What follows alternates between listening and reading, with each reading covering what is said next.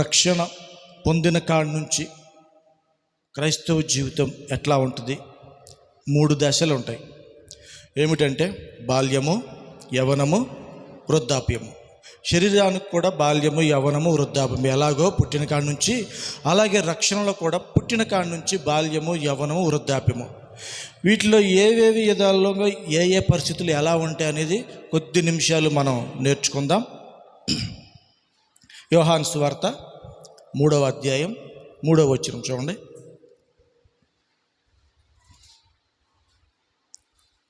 యోహాను సువార్త 3వ అధ్యాయం 3వ వచనం.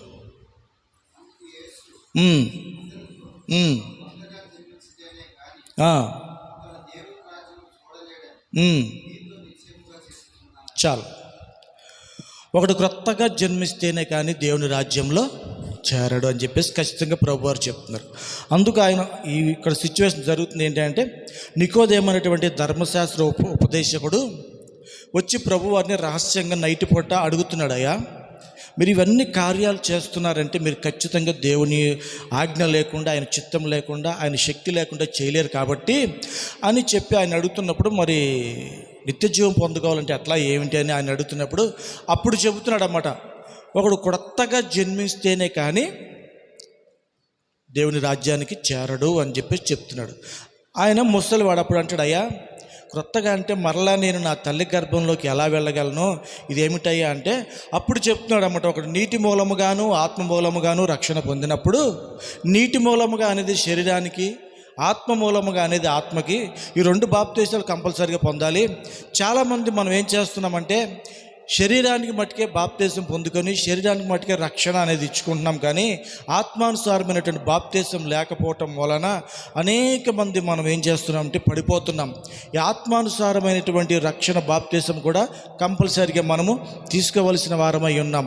కాబట్టి దేవుడు ఏం చెప్తున్నాడంటే, శరీరానికి సంబంధించింది నీటి ద్వారా బాప్తీసము, ఆత్మకు సంబంధించింది ఆత్మానుసారమైనటువంటి బాప్తీసం, అంటే పరిశుద్ధాత్మ శక్తిని పొందుకోవాలి. అందుకే ఆనాడు మొదటి తరం క్రైస్తవులు శిష్యులైనటువంటి వాళ్ళు ప్రభువారు అంటారు, పైనుంచి శక్తిని పొందే వరకు మీరు ఎక్కడికి కూడా వెళ్ళొద్దు, యెరూషలేములోనే నిలిచి ఉండండి, కనిపెట్టి ప్రార్థన చేయండి అని ప్రార్థన చేసినప్పుడు అంతవరకు వాళ్ళు శరీరానుసారంగా రక్షణ బాప్తీసం పొంది ఉన్నారు, కానీ ఆత్మ బాప్తీసం పొందలేదు. కాబట్టి అప్పుడు వాళ్ళు ఆత్మ బాప్తీసం పొందారు. అక్కడ నుంచి వాళ్ళ జీవితం స్టార్ట్ అయింది. అలాగే మనము కూడా శరీరానుసారంగా బాప్తీసం తీసుకుంటున్నాం. స్టార్టింగ్ అక్కడ నుంచే మన బాల్యం స్టార్ట్ అవుద్ది. ఏమిటి బాల్యం అంటే నేర్చుకునే వయసు. ఏమి నేర్చుకుంటాం? మన ముందున్నటువంటి అనేక సంవత్సరాలు సీనియర్లు అయినటువంటి వాళ్ళ దగ్గర నుంచి ప్రార్థన, విజ్ఞాపనలు, ఏ సమస్యలో ఎలా ప్రార్థన చేయాలి, వాక్యం ఎలా చదవాలి, ఏ ఏ పరిస్థితుల్లో కుటుంబాన్ని ఎలా దిద్దుకోవాలి, భర్తకి ఎలా సమాధానం చెప్పుకోవాలి, పిల్లల్ని ఎలా దిద్దుకొని ప్రార్థనకి ఎలా రావాలి అనేది కొన్ని మెలకువలు, కొన్ని విషయాలు ఏం చేస్తామంటే సీనియర్ల దగ్గర నుంచి, సేవకుల దగ్గర నుంచి, ఆత్మీయుల దగ్గర నుంచి ఈ విషయాలన్నీ కొద్దిగా నేర్చుకుంటూ బాల్యంలో తప్పటడుగులు వేస్తూ అనేక సార్లు పడిపోతున్నప్పుడు లేపుతూ, సంఘం కూడా లేపుతూ వాళ్ళ గురించి ప్రార్థన చేస్తూ ఆ బాల్యంలో వారి నడక అనేది సంఘము, విశ్వాసులు, దేవుడు నడిపించుకుంటూ వస్తూ ఉంటాడన్నమాట. ఇది బాల్యము ఎంతో శ్రేష్టమైనది. ఎందుకంటే బాలుడు నడవలసిన త్రోవను వాడికి నేర్పిస్తే వాడు పెద్ద అయినాక దాని నుంచి తొలగిపోడు అని సొలొమోను గారు చెప్తున్నారు. కానీ దేవుడు మోషే ద్వారా ఏనాడో చెప్పించారు. చూడండి, ద్వితీయోపదేశ కాండము 6వ అధ్యాయము 6-7 వచనాలు ఒక్కసారి చూసుకున్నట్లయితే అక్కడ ఆయన చెప్తున్నాడు అన్నమాట,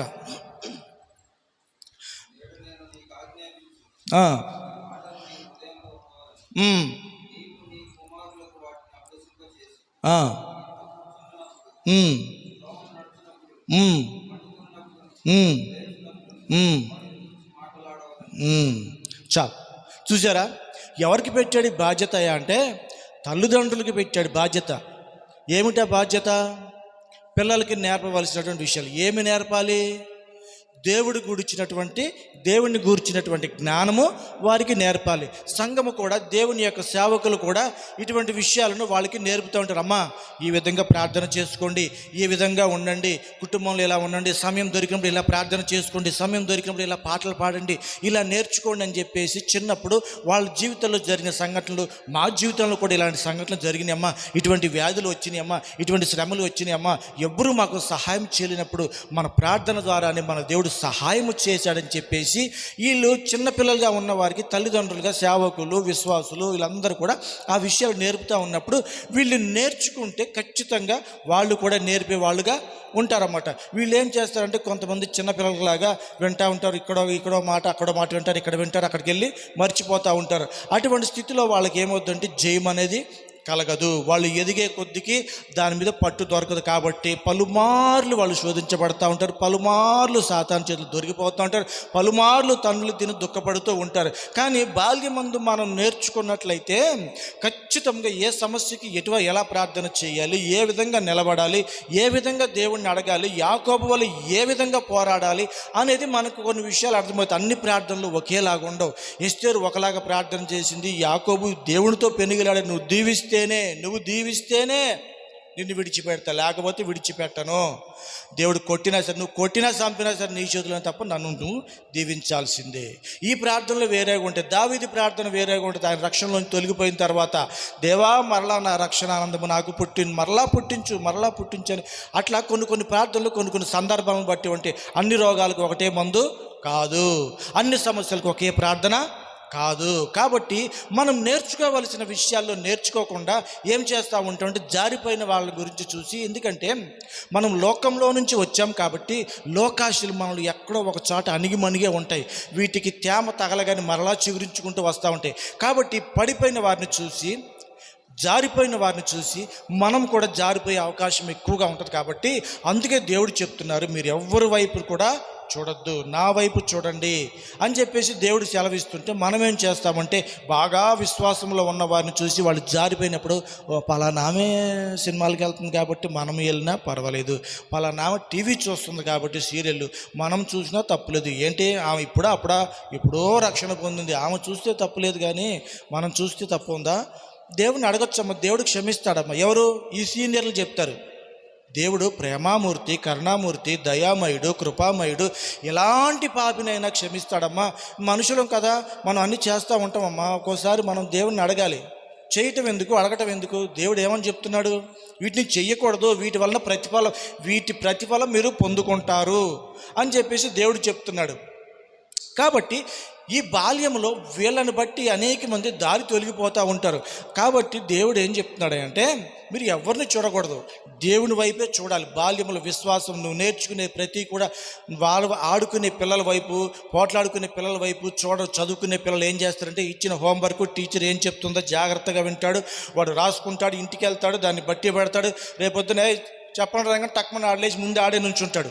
అలాగే సమస్య వచ్చినప్పుడు ఏదో వచ్చినా కూడా చెప్పేటప్పుడు సేవకులు చెప్పినప్పుడు వింటారు, వాక్యాన్ని ధ్యానం చేస్తారు, అలాగే ప్రార్థన చేస్తారు. కాబట్టి వాళ్ళ సమస్యల్లో నుంచి, ఇరుకుల్లో నుంచి, ఇబ్బందుల్లో నుంచి త్వరగా బయటికి వస్తారు. ఈ వినని వాళ్ళు ఏం చేస్తారంటే అయ్యగారు ప్రార్థన చేయలేదు, విశ్వాసులు ప్రార్థన చేయలేదు, వాళ్ళు ప్రార్థన చేయలేదు, అందుకే నేను ఇలాగే ఉండిపోయాను, ఈ శోధనలో అలాగే ఉండిపోయానని చెప్పేసి వీళ్ళ మీద నెపాలు వేస్తాం. కానీ వీడు చెప్పినప్పుడే చదువుకున్నట్లయితే వాడు చూపించలేదు, వీడు చూపించలేదు, అందుకే నేను ఫెయిల్ అయిపోయాను అనే సమస్య ఉండదు.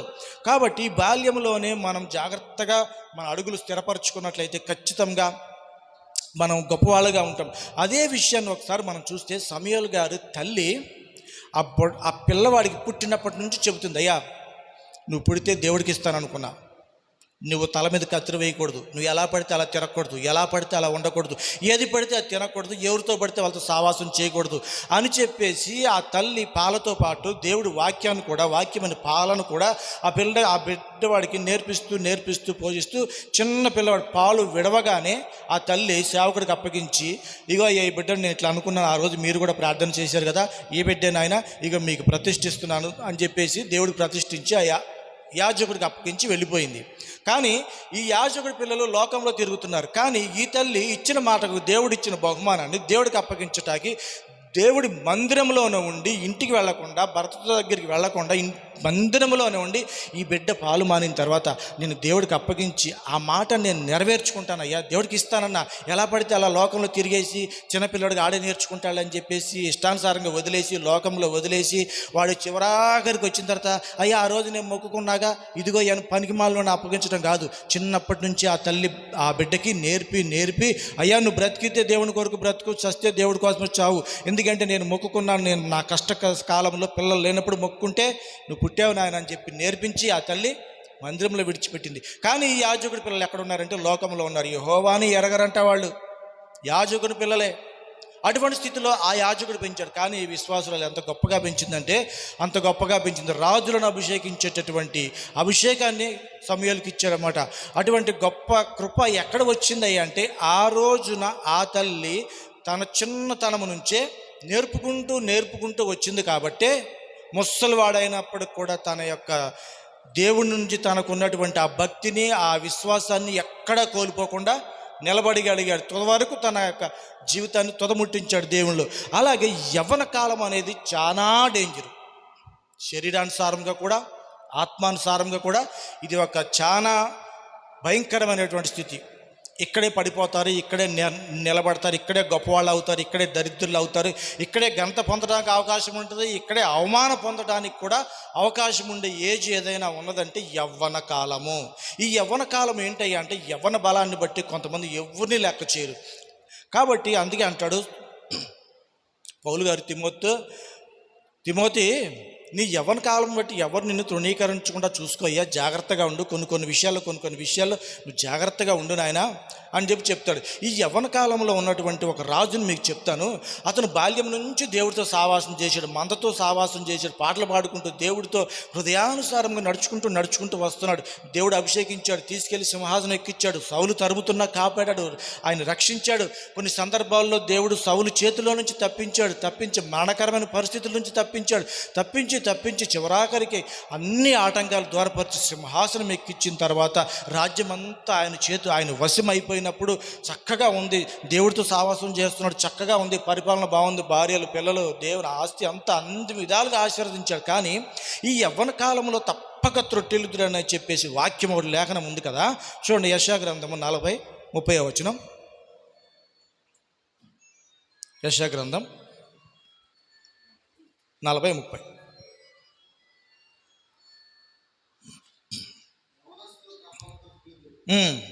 చాలు, చూసారా? యెషయా గారు రాస్తున్నారు, యవనస్తులు తప్పక త్రొట్టిల్లుదురు. అంటే లోకంలో ఉన్నవాళ్ళ, దేవుళ్ళో ఉన్నవాళ్ళ అనే ధనవంతుల దరిద్రుల అనే మాట లేదు. యవ్వనస్తులు, వాళ్ళు లోకంలో ఉన్నవాళ్ళైనా, పాపంలో ఉన్నవాళ్ళైనా, దేవుళ్ళో ఉన్నవాళ్ళైనా, దేవుడితో నడిచిన వాళ్ళైనా తప్పక త్రొట్టిల్లుతారు. ఏ స్థానములలో త్రొట్టిల్లుతారు అనేది జాగ్రత్తగా కనిపెట్టి ఉండాలి. నీ బలహీనతలు ఏంటో నువ్వు గ్రహించగలిగితే ఆ సమయాల్లో నువ్వు కొంచెం జాగ్రత్తగా ఉండి దేవుడి చేయి పట్టుకుంటే ఆ సమయాల్లో దేవుడు నిన్ను పడనేయకుండా కాపాడుతాడు. కాబట్టి పేతురు, ప్రభువా నువ్వే అయితే నేను నీటి మీద నడుస్తానయ్యా అన్నాడు, నడవమన్నాడు. కానీ టక్మన ఆడు తిరిగినప్పుడు మునిగిపోయాడు. అలాగే ఆ సమయంలో దేవుడు ఎమ్మటిని చేయి పట్టి లేవనెత్తాడు. అలాగే మన యొక్క బలహీనతలు ఏంటి? మన చూప, మన మాట, మన ఆలోచనల, మన తలంపుల, లేకపోతే నోటి దురుస, లేకపోతే ఇంకోట ప్రతి మనిషికి బలహీనతలు ఉంటాయి లోకానుసారమైనవి. వాటిల్ని ఎక్కడ నా బలహీనత, నేను ఎక్కడ పడిపోతున్నానని నువ్వు కానీ గుర్తుపెట్టుకొని వాటి విషయాలు జాగ్రత్తగా ఉండి ఆయన సహాయం కోరి ఆయన చేపట్టుకుంటే ఎక్కడా నిన్ను పడనివ్వకుండా దేవుడు కాపాడుతూ ఉంటాడు. అదే విషయంలో దావీదు కూడా యవన కాలంలోకి వచ్చాడు. బాల్యం నుంచి చక్కగా దేవుడు అన్ని చేసుకుంటూ వచ్చాడు. అక్కడికి వచ్చిన తర్వాత స్థిరపరిచి అన్నీ బాగుండే యవన కాలంలో ఉన్నాడు కదా. యవన బలాన్ని బట్టి ఆయన చూపుని కొంచెం కంట్రోల్ చేసుకోలేక చూశాడు, ఒక ఆమెను చూసిన తర్వాత పాపం చేశాడు. పాపం చేయటమే కాకుండా తన భర్తను కూడా చంపించేసి ఇది ఎవరికి తెలియదు అనుకున్నాడు. కానీ చూచుతున్న దేవుడు ఒక ఆయన ఉన్నాడు కదా. మనం పడుకోవటం, కూర్చోవటం, నుంచోవటం, లేవటం మనకు తలంపు పుట్టక ముందే ఎరిగిన దేవుడు ఒక ఆయన ఉన్నాడు కదా. అప్పుడు నాతాన్ని పంపించి అంటాడు, అయ్యా ఇలా జరిగింది అయ్యా అంటే, ఎవడాడు 1కి 4 గొర్రెలు ఇవ్వాల్సిందే, అసలు అట్లాంటి పని చేసినోడు ఎవడైనా సరే 1కి 4 ఇవ్వాల్సిందే అది అని చెప్పేసి న్యాయం తీరుస్తాడు. వాళ్ళు ఎవరో కాదు నాయన, నువ్వే ఆ పని చేసింది, నువ్వే. ఎందుకు చేశావు? నీకున్నటువంటి యవన బలాన్ని బట్టి, నీకున్నటువంటి రాజ్య ఇదిని బట్టి అడిగేవాళ్ళు లేరని నీ ఇష్టానుసారంగా నువ్వు చేసుకుంటూ వెళ్తున్నావు. కానీ అడిగే ఒక ఆయన ఉన్నాడు, చూసి ఆయన ఒక ఆయన ఉన్నాడు అని చెప్పేసి నాతాను గద్దించగానే ఎమ్మటినే తను గ్రహించుకున్నాడు. కానీ తన జీవితంలో, తన కుటుంబంలో ఒక తరతరాలు ఒక శాపాన్ని తెచ్చుకున్నాడు. చూడండి, రాజు సమూయేలు గ్రంథం 2 సమూయేలు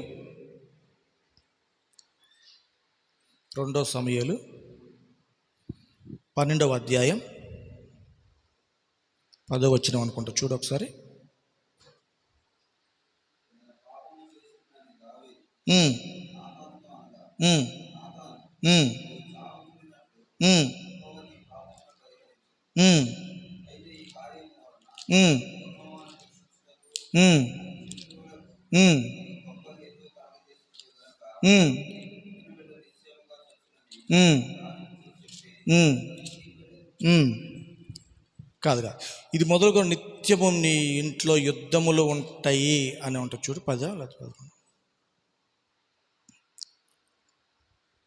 నీవు ఈ కార్యం చేసి ఇశ్రాయేలు చెడు. ఉమ్, ఉమ్, ఉమ్, ఉమ్, ఉమ్. చాలు. చూశారు, ఇక్కడ దేవుడు ఒక శాపాన్ని ఇచ్చాడు, క్షమించాడు, కానీ చేసిన దానికి ప్రతిఫలం అనుభవించాల్సిందే అని చెప్పేసి దేవుడు సదాకాలం, అంటే 1 నెల, 2 నెలలు, సంవత్సరము, 2 సంవత్సరాలు కాదు, సదాకాలం అంటే వాళ్ళ వంశము ఎంతవరకు అయితే భూమి మీద ఉంటుందో అంతవరకు వాళ్ళ కుటుంబములో యుద్ధాలు జరుగుతాయి. ఎవరు చేసిన దాన్ని బట్టి? దావీదు చేసిన దాన్ని బట్టి. అంతవరకు దేవుడు మంచి దేవుడు. ఆయన ఎంత కృప కలిగిన వాడంటే, దేవుడికి హృదయానుసారంగా జీవిస్తున్నప్పుడు, ఇదిగో ఈ రాజ్యం మీద ఎవరున్నా లేకపోయినా నీ వంశంలో ఒకడు సదాకాలము సింహాసనం మీద ఉంటాడయ్యా, నేను మాట ఇస్తున్నానని చెప్పి దేవుడు ఆశీర్వదించాడు. అదే దేవుడు శపించాడు. ఏమని? యవన కాలమును బట్టి, యవనేచ్ఛలను బట్టి, గర్వాన్ని బట్టి అడిగేవాళ్ళు నన్ను ఎవరు, నేను రాజును కదా, గొలియాదుని జయించాను కదా, ఫిలిస్తీన్లు జయించాను కదా, పలానా వాళ్ళని జయించాను కదా, ఇంకా నాకు తిరిగేముంది, అడ్డేముంది అనుకున్నాడు. కానీ తను చేసిన పనిని బట్టి దేవుడు అడుగుతున్నాడు. కానీ ఆ శాపాన్ని తెచ్చుకున్నాడు. ఏమని? సదాకాలము నీ ఇంట్లో యుద్ధములు ఇది మొదలుకొని జరుగునుగా అని చెప్పి దేవుడు చెప్పాడు. మనము చేసే పొరపాట్లు మన కుటుంబాల మీద పడతాయి. మనం అనుకుంటాం, ఇది ఏముందిలే, నా ఒక్కడితోనే పోతుంది అనుకుంటాం. కానీ దేవుని లేఖనాలు అలా చెప్పట్లా. నిన్ను బట్టి నీ కుటుంబం ఆశీర్వదించబడుతుంది, నిన్ను బట్టి నీ కుటుంబం శపించబడుతుంది, నిన్ను బట్టి నీ పొలం ఆశీర్వదించబడుతుంది, నిన్ను బట్టి నీ పొలము కూడా శపించబడుతుంది, నిన్ను బట్టి నీ కష్టార్జితం ఆశీర్వదించబడుతుంది, నిన్ను బట్టి నీ కష్టార్జితము శపించబడుతుంది, నిన్ను బట్టి నీ బిడ్డలు ఆశీర్వదించబడతారు, నిన్ను బట్టి నీ బిడ్డలు శపించబడతారు. నువ్వేమి చేస్తున్నావు? దేవుడికి చిత్తంగా, దేవునికి ఇష్టంగా చేస్తున్నావా?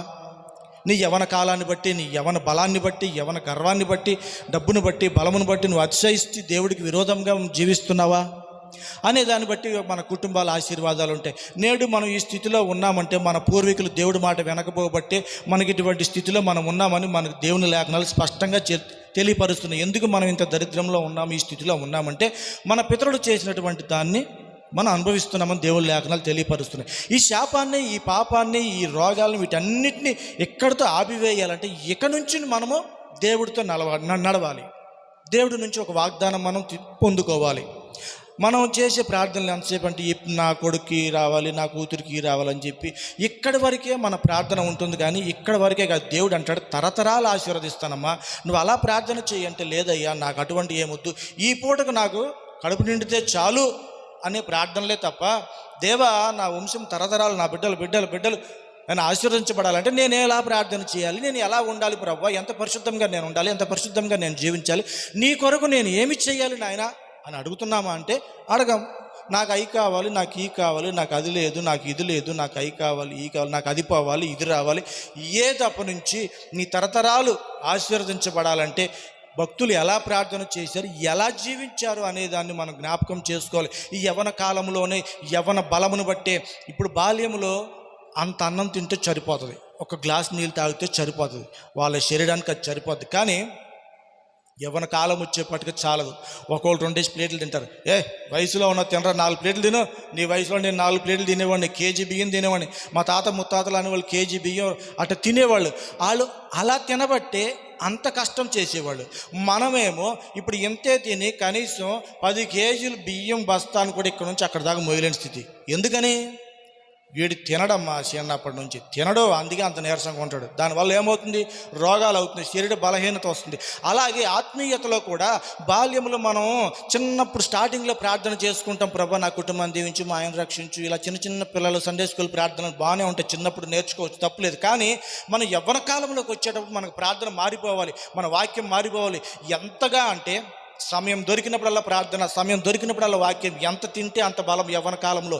అందుకని దేవుడు అంటాడు, యవ్వన కాలంలో నా కాడి మోయిట మేలు. కాడి మోయాలంటే ఎలా ఉండాలి? ఎద్దు బలంగా ఉంటేనే కాడి మోసుద్ది, అంతేగాని బలహీనంగా ఉంటే ఒక మూటయిగానే కోలబడుతుంది. అలాగే మనం దేవుడి కాడిని మొయ్యాలంటే నీకు సమయం దొరికినప్పుడు అలా ఈ సమయం ఆ సమయం కాదు, సూర్యోదయం నుంచి సూర్యాస్తం వరకు దేవుని నామం స్తుతి నొందదగినదని చెప్పి దేవుడి లేఖనాలు తెలియపరుస్తున్నాయి. 24 గంటలు నువ్వు ఏ సమయంలో అయినా ప్రార్థన చేసినా జవాబు ఇస్తాడు. నువ్వు ఏ సమయంలో వాక్యాన్ని ధ్యానం చేసినా ఆయన నీకు సహాయం చేస్తాడు. కాబట్టి యవ్వన కాలంలోకి మనం వచ్చిన తర్వాత ప్రార్థన ఎక్కువ ఉండాలి, వాక్యాన్ని ఎక్కువగా చదవాలి, వాక్యం చదవాలి, వాక్యాన్ని ధ్యానం చేయాలి. వాక్యంలో ఉన్నటువంటి అర్థం కాని విషయాలను గురించి, ప్రభువా ఇది ఏమిటి నాయన, ఈ విషయం నాకు అర్థం కావట్లేదు, దీన్ని నేను ఎలా తీసుకోవాలి, దీన్ని నేను ఎలా నేర్చుకోవాలని చెప్పేసి కొత్త మర్మాలను దేవుడు మనకు బయలుపరుస్తాడంటే మనం యవ్వన కాలంలోనే గట్టిగా ప్రార్థన చేయాలి. దేవుని లేఖనాలు తెలియపరుస్తున్నాయి. యవ్వన కాలంలో నీ యవనస్తులు దర్శనాలు చూస్తారు, ముసలి వాళ్ళు ప్రవచనాలు చెప్తారని చెప్పేసి యావల గ్రంథంలో చెప్తున్నారు. ఎందుకని? యవన కాలంలో ఉండే బలం వేరు. యవనస్తుల్ని దేవుడు ఎన్నుకుంటాడు. ఆయన యవన కాలంలోనే యవన రక్తమే మన కోసం దారపోసాడు. బాల్యంలో సేవ చేయలేదు ఆయన, యవన కాలంలోనే. కాబట్టి అందుకే దేవుడు అన్నాడు యవన కాలంలోనే మనం దేవుడికి ఉపయోగపడాలంటే. బాల్యంలో పెద్దగా ఉపయోగపడతాకి ఏముండదు. బాల్యంలో దావీదుకి గొలియాదుని చంపటానికి అన్నీ అలంకరించాడు, శిరస్నానం, కత్తి, డాలు అన్నీ ఇచ్చాడు. ఏవి నాకు వాడటం రాదయ్యా అన్నాడు. కానీ యవన కాలంలోకి వచ్చినాక అవన్నీ ధరించుకున్నాడు అతను. మనం కూడా స్టార్టింగ్లో ఏమీ లేకపోయినా రక్షణ ఉంటుంది. యవ్వన కాలంలోకి వచ్చేపటి రక్షణ అనే శిరస్నానం, విశ్వాసం అని డాలు, సమాధానం అని చెప్పులు ఇవన్నీ కూడా ధరించుకొని ఉండాలి. ఎందుకంటే మనం పోరాడినది ఈ లోకంలో ఉన్నటువంటి మనుషులతో కాదు, అధికారులతో కాదు, బంధువులతో కాదు, స్నేహితులతో కాదు, నీ భర్తతో కాదు, నీ భార్యతో కాదు, నీ బిడ్డలతో కాదు, ఆకాశ మండలం అందున్న దురాత్మల సమూహంతో మనం పోరాడుతున్నాం. నిత్యం ఎవరిలో ఒకరు చేరుద్ది. వాడు డైరెక్ట్గా రాడు, డైరెక్ట్గా వస్తే ఏదో ఒకటి చేయొచ్చు. వాడు మనుషుల్లోనే, మన కుటుంబంలోనే, మన చుట్టుపక్కలలోనే వాళ్ళలో చేరి మనల్ని శోధిస్తూ ఉంటాడు. కాబట్టి మనం వాడిని జయించాలంటే ఏ విధంగా ఏ ఆయుధము ఎప్పుడు ఉపయోగించాలనేది తెలియాలి. మొట్టమొదటిగా ఏ ఆయుధము ఎప్పుడు ఉపయోగించాలనేది మనకు తెలిసినప్పుడే విజయాన్ని మనం పొందుకోగలుగుతాం. అందుకని వీటన్నిటిని ధరించుకొని సిద్ధం కలిగి ఉండాలి. అలాగే ముసలితనము చూడండి, యోహాను సువార్త 21:18.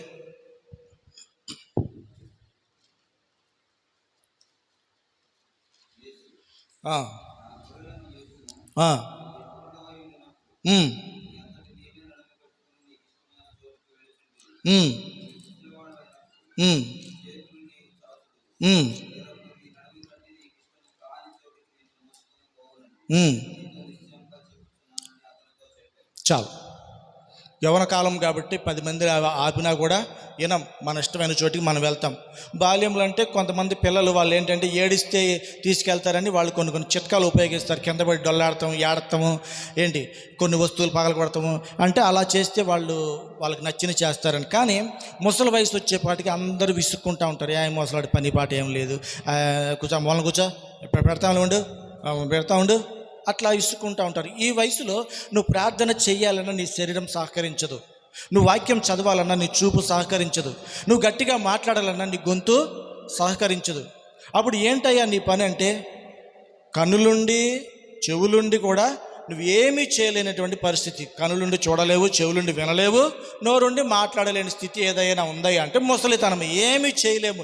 ఎందుకంటే అధికారం ఉండదు, బలం ఉండదు, డబ్బులు ఉండవు. ఇవన్నీ కూడా పిల్లలకి ఉంటుంది. పిల్లల దగ్గరికి వాళ్ళకి ఇచ్చేస్తారు కాబట్టి వీళ్ళ దగ్గర, ముసలివాడి దగ్గర ఏమీ ఉండదు కాబట్టి నీకు అధికారం ఉండదు. కాబట్టి నేను లెక్క చేయరు. అయ్యా నన్ను కొంచెం ఆ గుడి దాకా తీసుకెళ్ళిన ఆయన, తీసుకెళ్తారు ఉండు మామ, వెళ్ళిపోతారు. అయ్యా కొంచెం ఆ గుడి దాకా తీసుకెళ్ళిన ఆయన, తీసుకెళ్తాలే ఉండమ్మా, నాకు పని ఉంది కానీ అర్జెంట్, నేను చాలా వెళ్ళిపోవాలి, అసలు బిజీ అని. అయ్యా కొంచెం అక్కడ ఎలా ఒకరిని బతిమలో ఆడుకోవాలి, నీ అంతటి నువ్వు వెళ్ళలేవు.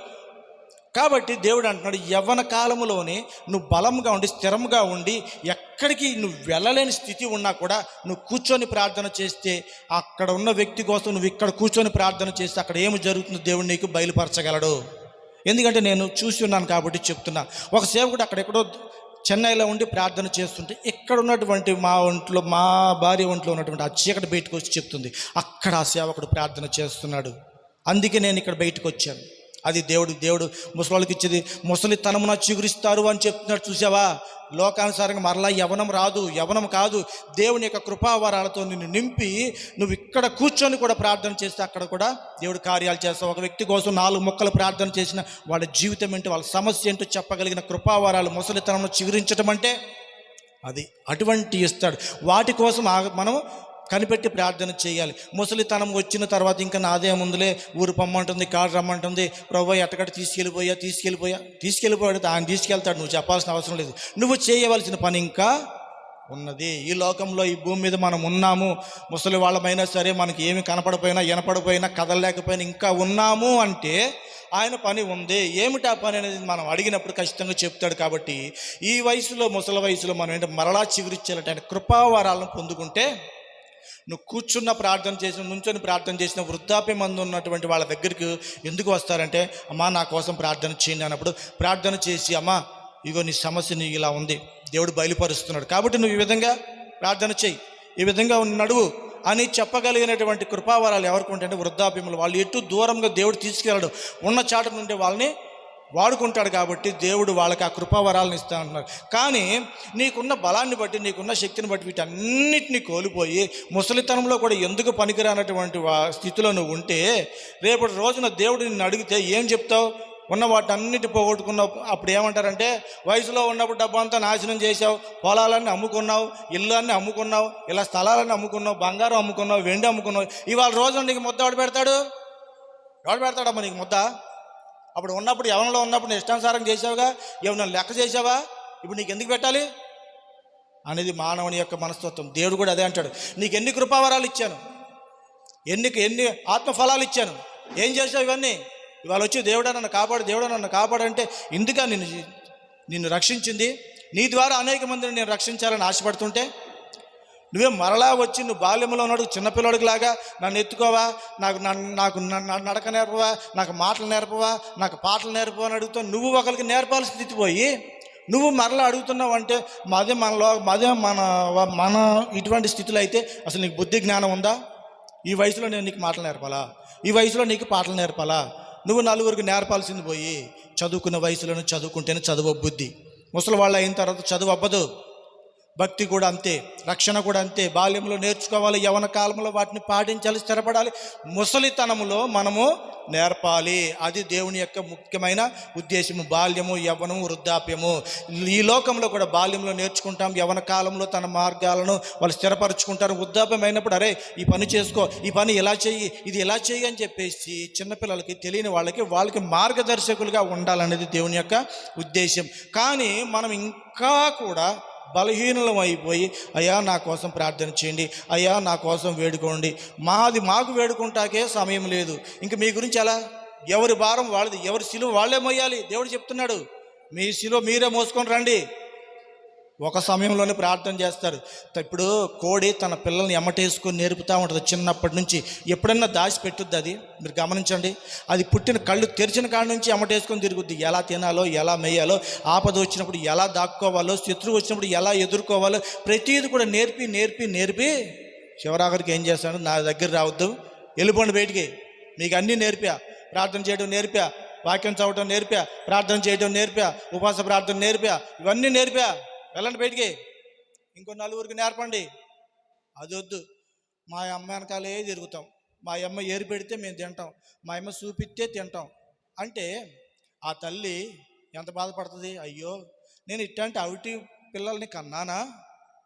అందరి పిల్లలు చక్కగా పని చేసుకొని వాళ్ళ అమ్మకి వాళ్ళ నాన్నకి సహాయపడుతున్నారే, యవన కాలంలో నేను ముసలివాడిని అయిపోయానే, నా కొడుకు నా కూతురు ఎదిగి నాకు కూడా 4 రూపాయలు తెచ్చిస్తే నేను కూర్చొని తినేవాడిని కదా అని తండ్రి ఎంత సంతోషపడతాడో, మన తండ్రి కూడా అంతే సంతోషపడతాడు. నీ వల్ల 1 రూపాయి కూడా లాభం లేనప్పుడు నష్టపోతా ఉంటే ఆ తండ్రి ఎంత బాధపడతాడు? ఆలోచించాల్సిన విషయాలు ఇవన్నీ కూడా దేవుని లేఖనాలు. ఏదో వస్తున్నాం వెళ్తున్నాం, ఏదో కొంచెం చిన్న మాటలు, చిలక పలుకులు అవి కాదు. దేవుని ఉద్దేశం ఏంటి? మనం రక్షించింది ఎందుకు? అద్దాక మనం కూర్చొని తింటా కాదు, మనము నలుగురికి నేర్పాలి. ఏం నేర్చుకున్నాం దేవుడి దగ్గర నుంచి, మనం ఏం నేర్పుతున్నాం, అది దేవుని ఉద్దేశం. ఆయన వచ్చాడు ఈ లోకానికి, తాను తండ్రి కొన్ని విషయాలు చెప్తాడు. నేను తండ్రి దగ్గర ఏదైతే విన్నానో, ఏదైతే నేర్చుకున్నానో అదే మీకు చెబుతున్నానయ్యా. శిష్యులకు నేర్పాడు. వాళ్ళు అంటున్నారు, మేము ఏదైతే విన్నామో, ఏదైతే చూసామో, ఏదైతే తాకి చూసామో అదే మీకు చెబుతున్నాం. మనం ఏం చెప్తున్నాం? వాక్యాన్ని విడిచిపెట్టేసి పెట్టకథల వైపు, లోకానుసారమైనటువంటి వాటి గురించి, వీటన్నిటిని గురించి మనం చెప్తున్నాం. కానీ సరైన వాక్యాన్ని అవగాహన మనం చేయకుండా ఈ లోకానుసారం పెట్టకథలు, ఆ కథలు, ఈ కథలన్నీ రక్షణలోకి నడిపించలేవు. దేవుడు వాక్యాన్ని మట్టుకే మనల్ని రక్షణలోకి నడిపిస్తుంది. కాబట్టి యవ్వన కాలంలో ఉన్నటువంటి మనము ఎంతవరకు కరెక్ట్గా ఉన్నామన్నది రాత్రి కాలంలో ఆలోచించుకొని మనం నడిచినట్లయితే మన తండ్రి అయినటువంటి దేవుడు ఎంతగానో సంతోషపడతాడు. ఎదిగిన కొడుకు తండ్రికి ఆసరా రాకపోతే ఆ తండ్రి ఎంత బాధపడతాడో.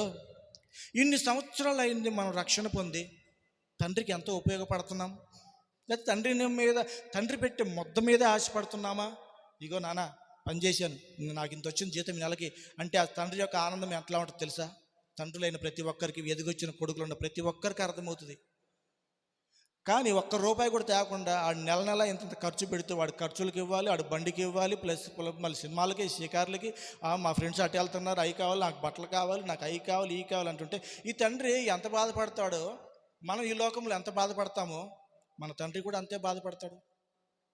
ఒక కొడుకు అట్లాగే వెళ్ళిపోయాడు, నాకు ఇచ్చేయి, వెళ్ళిపోతాను, నీకు నాకు కుదరదు, పద్దాక ప్రార్థనలు అంటావు, అది అంటావు, ఇవి అంటావు, కుదరదు, నా మాట నాకు ఇచ్చేయి, నా సంగతి నేను చూసుకుంటా, చూడు నేను సంవత్సరం అయిపోయి పెద్ద కోటీశ్వరుని అయిపోయి వచ్చేస్తా, చూస్తూ ఉండవు అనుకొని వెళ్ళాడు. అడుక్కు తినేవాడికంటే హీనంగా వచ్చాడు. తండ్రి చూస్తున్నాడు, వీడు మొత్తం నాశనం చేసుకొని వస్తాడు అని చెప్పేసి ప్రతిరోజు చూస్తూనే ఉన్నాడు.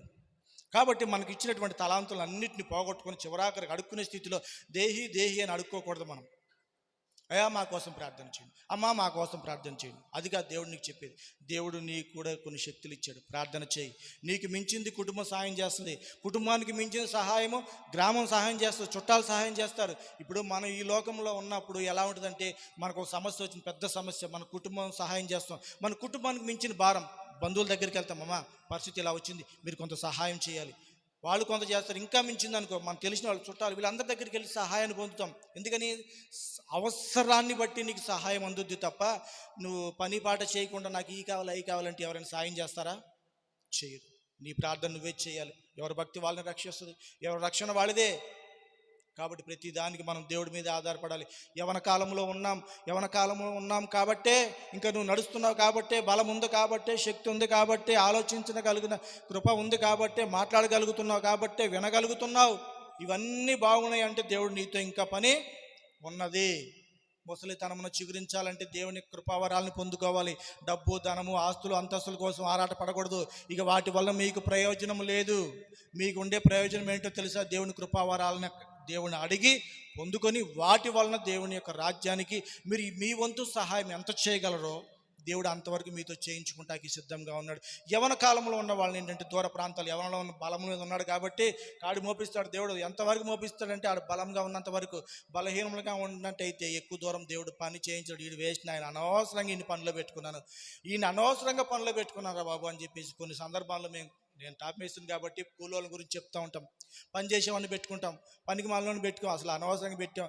ఏదో మనుషులు లేక గతి లేక వాళ్ళు పెట్టుకున్నాం తప్ప నుంచి, లేకపోతే అసలు వేస్ట్. ఆ స్థితిలో మనం ఉండకూడదు. ఆడు రావాలి పనికి, నాకు మరి బాబు నీకు 100 రూపాయలు ఎక్కువ ఇస్తారా, రా. అది దేవుడి నుంచి మనకు కావాల్సింది. నమ్మకమైన పని వారి కోసం దేవుడు వెతుకుతున్నాడంట దేశం మొత్తం మీద. వాళ్ళలో మనం ఉందామా? లేకపోతే నమ్మకాన్ని కోల్పోయి మనం బాలుల వల్లే తినుచు తాగుచు పిల్లల వల్ల ఆడుకుంటూ ఏదో మన అవసరాల కోసమే ప్రార్థన చేసుకుంటూ హ్యాపీ క్రిస్మస్, సెమీ క్రిస్మస్, వీటి గురించి కాదు. మనం ఏ చిన్నపిల్లల ప్రార్థనలు కాదు. మనం ఇప్పుడు ఏమి చేయాలి? ఎందుకంటే సమయం లేదు, దేవుడు రాకడ సమీపముగా ఉన్నది. మనం సిద్ధపడాలి, మన కుటుంబాలు సిద్ధపరచుకోవాలి, సంఘాన్ని సిద్ధపరచుకోవాలి, దేవుడు పంపించిన చోటికి వెళ్ళాలి, ఆయన పని చేయాలి, రావాలి. దావీదుని పంపించిన ప్రతి చోటకి వెళ్ళేవాడు, నమ్మకంగా పనిచేశాడు, జయాన్ని పొందుకొచ్చేవాడు. కాబట్టి ఈరోజు ఉన్నటువంటి ఈ వాక్యాన్ని బట్టి బాల్యము, యవ్వనం, వృద్ధాప్యము ఏ కేటగిరీలో మనం ఉన్నామో తెలుసుకొని ఆ కేటగిరీకి తగినట్టుగా మనం నడుచుకున్నట్లయితే అద్భుతంగా దేవుడు మనల్ని మునుముందు కూడా వాడుకొనబోతున్నాడు. దేవుడి కొద్ది మాటలు దీవించునుగాక. స్తోత్రం నాయన, స్తోత్రాలు ప్రభువా. గొప్ప దేవుడా, పరిశుద్ధుడా, నీకే వందనాలు, స్తోత్రాలు. అయా మా ఆత్మీయ జీవితంలో బాల్యము, యవ్వనము, వృద్ధాప్యం 3 శాఖలు ఉంటాయని తెలియపరిచాం. అయా బాల్యంలో మేము నేర్చుకున్నాం కానీ తడబాటు వలన తండ్రి పడిపోయాం తండ్రి, ఆటకైతనంగా నా ప్రభు నేర్చుకోకుండా ఉన్నాం నాయన. యవ్వన కాలంలోకి వచ్చాం తండ్రి నా ప్రభువా, మమ్మల్ని జ్ఞాపకం చేసుకు బలపరచండి, వాక్యంతో బలపరచండి నాయన, ప్రార్థనతో బలపరచండి, స్థిరపరచండి, నీ కాడి మోయట మాకు నేర్పించమని అడుగుచున్నాం తండ్రి. సహాయం చేయండి నా ప్రభువా. అయ్యా మమ్మల్ని ప్రభువా నాయన, నీ తండ్రి నాన్న యవ్వన కాలంలో ప్రభువా నాయన నీ చిత్తానుసారంగా నీ వాక్యానుసారంగా మమ్మల్ని నడిపించమని అడుగుచున్నాం తండ్రి. దేవా సహాయము చేసి మా చేయి విడవక నా ప్రభువా నాయన యవ్వన కాలములు తండ్రి త్రొట్టిల్లిపాటును తొలగించండి నాయన, సహాయము చేయమని అడుగుచున్నాం తండ్రి. తప్పక త్రొట్టిల్లుదురు అంటున్నావు నాయన. అనేక సందర్భాల్లో మేము త్రొట్టిల్లుతున్నప్పటికీ నీ దేవా మమ్మల్ని సరిచేస్తూ నిలబెడుతూ బలపరుస్తున్న తండ్రి నాయన. మునుముందు కూడా ప్రభా నాయన అలా తొలగిపోకుండా నా ప్రభా బలవంతుని చేతిలో బాణము వలె తండ్రి నా ప్రభా మమ్మల్ని వాడుకోమని అడుగుచున్నాం తండ్రి నాయన. సహాయము చేసి మేలు చేయమని మా ప్రభువును రక్షకుడు అయిన యేసే పరిశుద్ధ నామములో అడుగుచున్నాం తండ్రి. ఆమేన్.